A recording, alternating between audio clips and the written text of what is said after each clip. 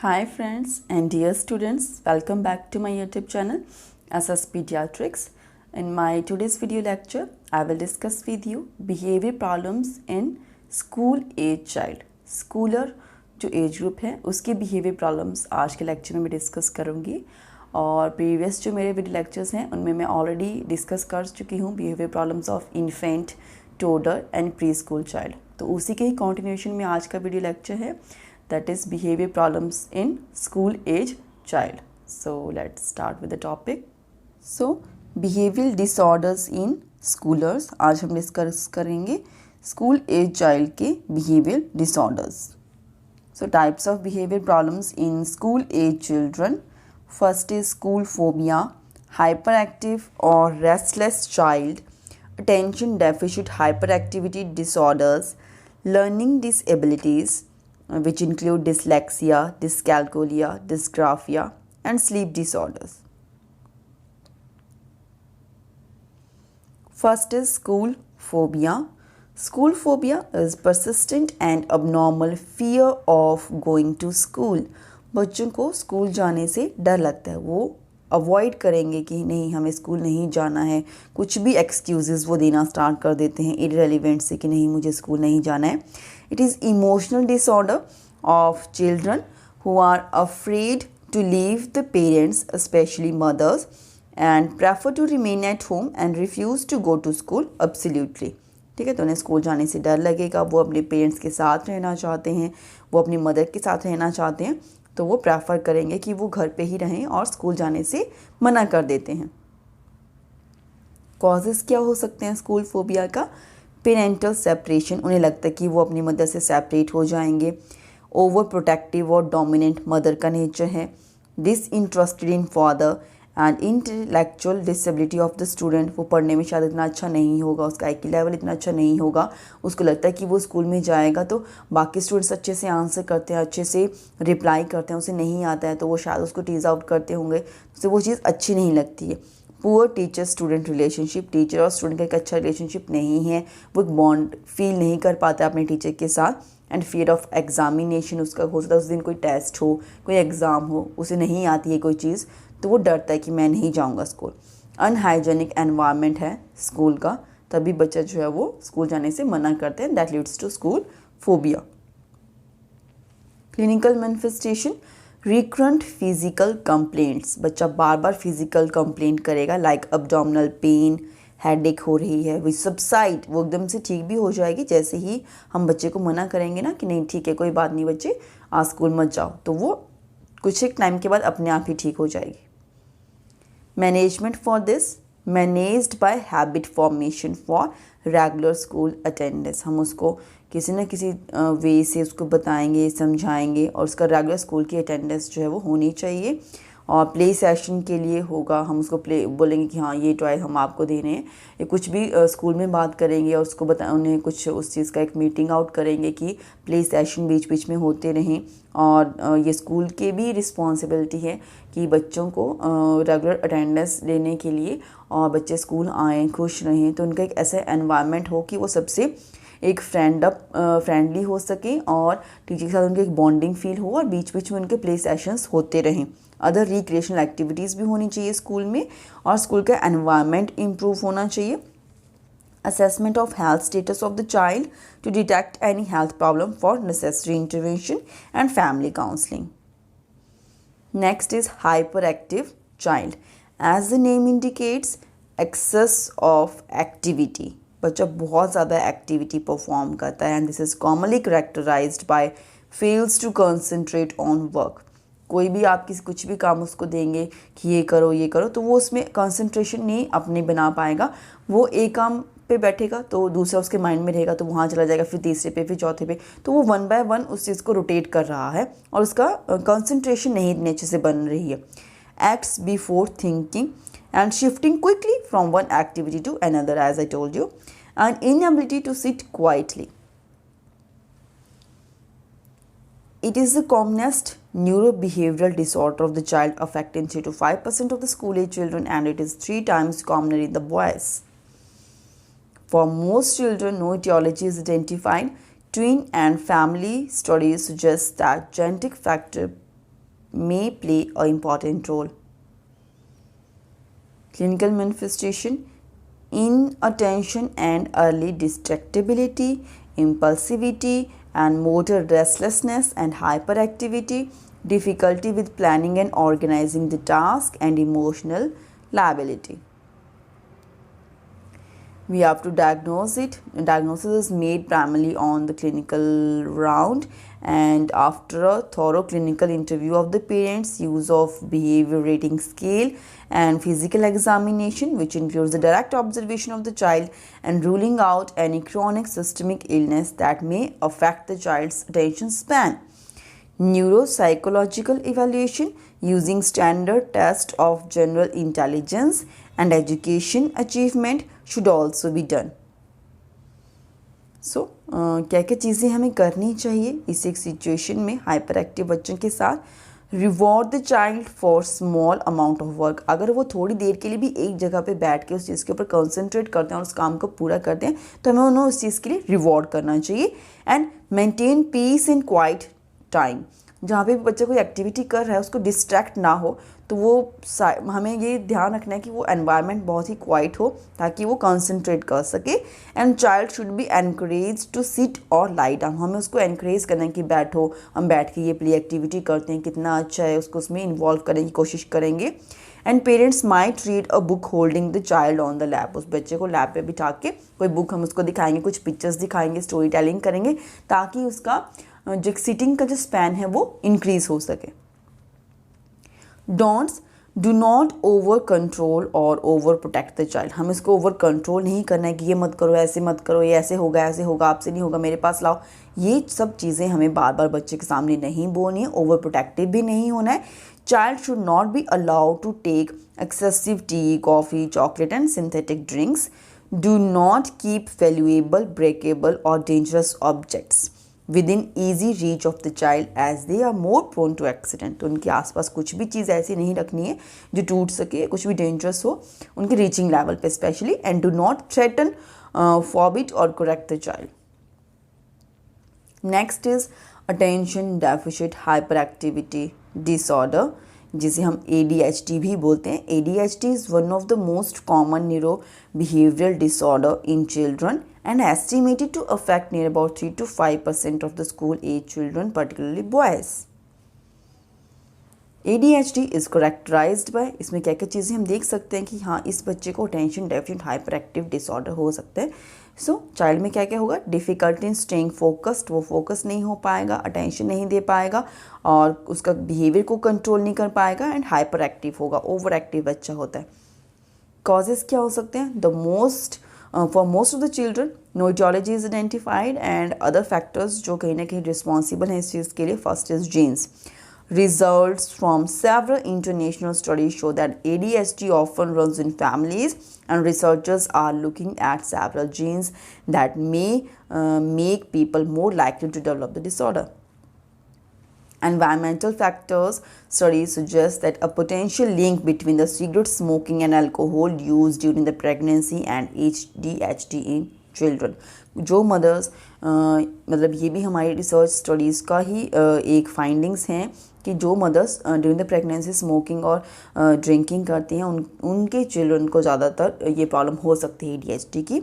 And in addition preschoolers who are expose to high levels of lead which can sometimes be found in plumbing fixtures or paint in the old buildings and may have a higher risk of developing ADHD.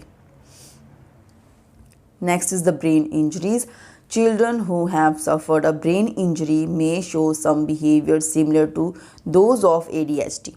However, only a small percentage of children with ADHD have suffered a traumatic brain injury.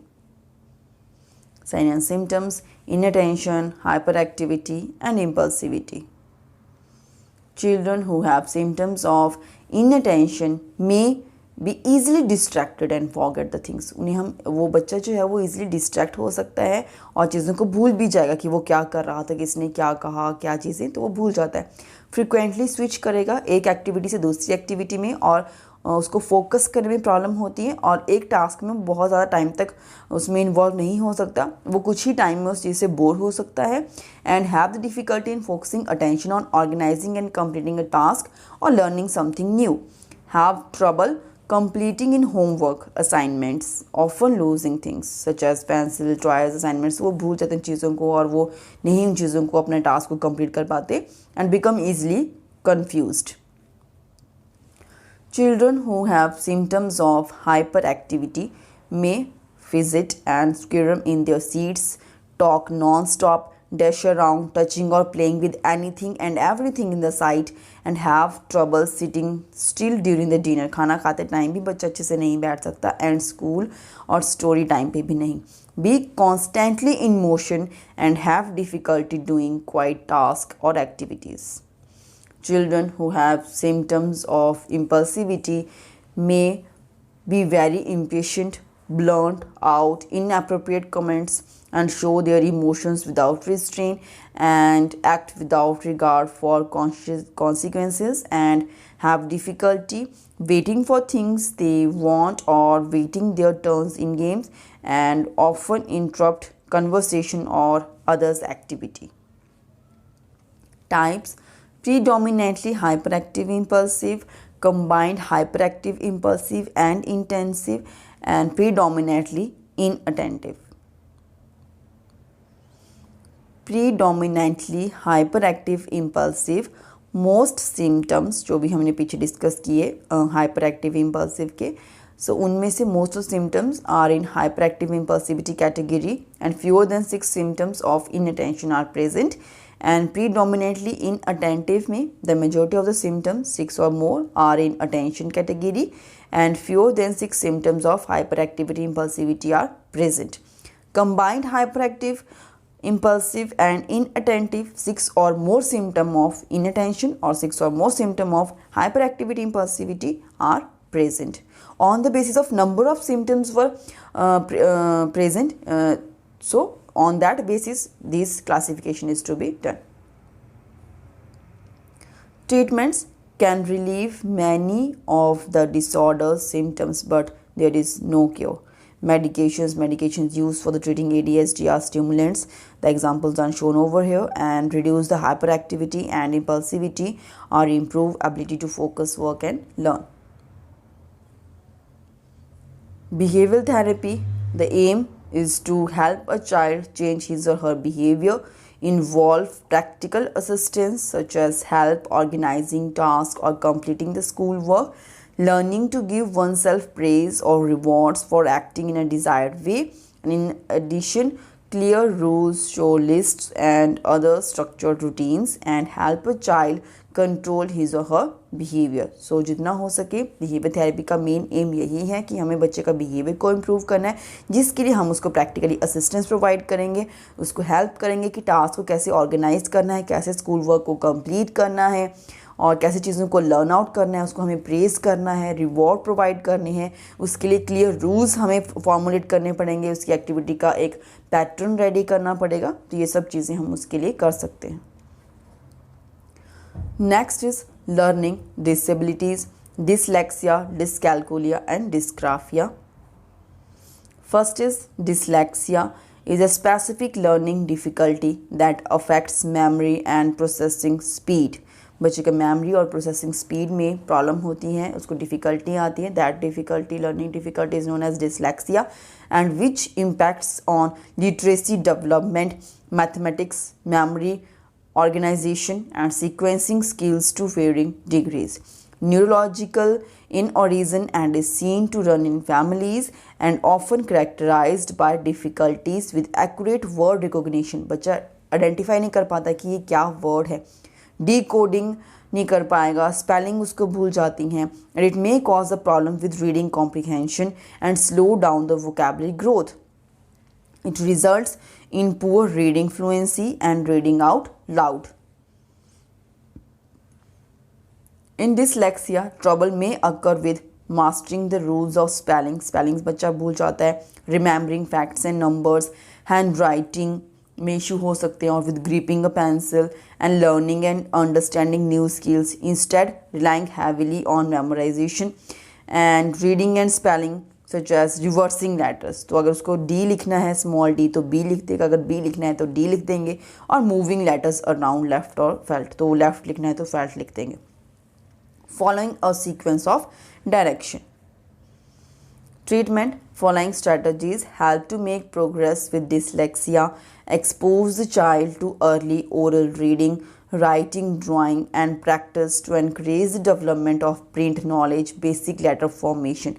तो हमें बच्चे को oral reading के लिए expose करना है, फिर धीरे धीरे राइटिंग के लिए, फिर ड्रॉ करना है उसके सामने, उसकी प्रैक्टिस को एनकरेज करना है कि आप खुद से लिखो और ड्रॉ करो वर्ड्स को, अल्फ़ाबेट्स को. Then have child practice reading different kind of text. जैसे इंक्लूड बुक्स का, मैगजीन, एड्स, कॉमिक्स, सब जगह से वो लिखे सुने, मतलब उसको रीड आउट कर सके. And include the multi sensory instructions like practice using site, sound and touch. तो कोई चीज़ है, हम उसको सिखा रहे हैं कि ए फॉर एप्पल, तो ए दिखने में कैसा होता है, ए उसके सामने लिखो, उसको दिखाओ, this is the A. Then A for apple, तो एप्पल दिखने में कैसा होता है वो उसको दिखाओ, that is a sight. Sound जो हम बोल रहे हैं वो सुन रहा है और एप्पल को टच करेगा, तो वो साइट, साउंड और टच की हेल्प से उस चीज़ों को माइंड में उसको वो चीज़ याद रहेगी, उसकी मेमोरी पे वो वर्कआउट करेगा.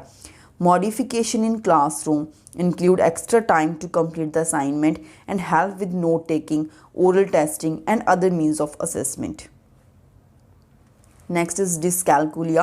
Dyscalculia refers to a wide range of lifelong learning disabilities involving math.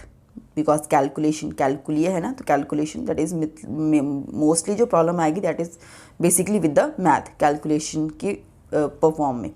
Then there is no single type of math disability. Dyscalculia can vary from person to person and it affects people differently at the different stage of life.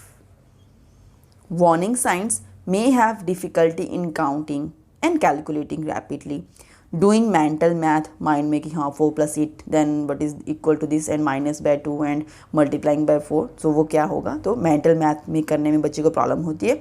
and learning math concept beyond the basic math fact and using counting strategies such as by 2, by 10, by 100, etc. finding more than one way to solve a math problem, learning math vocabulary, budgeting money and balancing a checkbook. Next is dysgraphia. Graphia, graphical, graph, writing से link up में है. Dysgraphia is learning disability that affect writing. It can lead to the problems with spelling, poor handwriting and putting thoughts on paper. Mind में क्या चल रहा है वो paper पे नहीं आ पाता है. Trouble organizing the letters, numbers and words on a line or a page.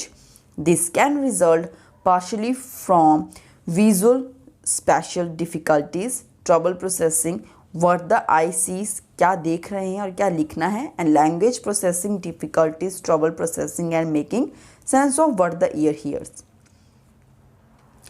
Trouble may occur with legible handwriting, mixture of cursive and print writing. अगर हम कर्सिव हैंड राइटिंग बता रहे हैं तो बच्चा 1 वर्ड 2 वर्ड कर्सिव के लिखेगा, फिर सिंपल कुछ और पैटर्न में लिख देते हैं. Saying words out loud while writing, जब लिख रहे हैं तो ज़ोर ज़ोर से बोल रहे हैं. Trouble thinking of words to write and omitting और not finishing the words in sentence. Treatment. Be patient and positive and encourage the practice and praise effort. Practice करो, करवाओ बच्चे से और उसको प्रेज करो उसके एफर्ट्स को. Use paper with raised lines for a sensory guide कि कहाँ तक लिखना है, to staying within the lines. And try different pens and pencils to find out that's most comfortable, कि बच्चे को होल्ड करने में प्रॉब्लम आ रही है, ठीक है, तो डिफरेंट हम दे सकते हैं ताकि उसको कंफर्टेबल कौन सा है वो चीज़ हम उसको दे सकें. And encourage proper grip, posture बच्चे का बैठने का and positioning for writing. Use multi sensory techniques for learning letters, shapes and numbers. Allow extra time for writing assignments. Next is sleep disorders. ये मैंने अपना प्रीवियस वीडियो लेक्चर्स में आपका discuss कर चुकी हूँ, behaviour problems in school as child. तो ये सेम ही है हमारे पास. Sleep disorder that is a sleep walking and sleep talking.